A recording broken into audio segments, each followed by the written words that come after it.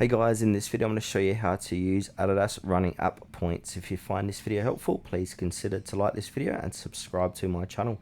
In saying that, let's just jump straight into the video.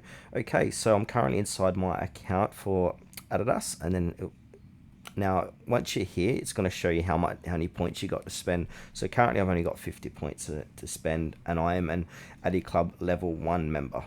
Now if we scroll down here, we can see the different type of levels. So now Adidas Club points and rewards. So this is your personal space.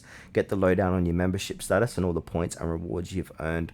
So they're saying here you now have access to all level 1 rewards. Explore your rewards and start earning points to unlock the next level. So it's going to show you the level points here, and next level is going to be 1,000, or depending what type of level you are, level 3 is going to be different again. So basically there are a few different ways how to spend your points. So points to spend, so vouchers or discount codes. You can redeem points for discount vouchers. Now these vouchers are valid for a limited time, and in many regions you can only redeem one voucher type. So this is discount percentage per period. The voucher typically applies to full price items that are not on sale and excludes delivery.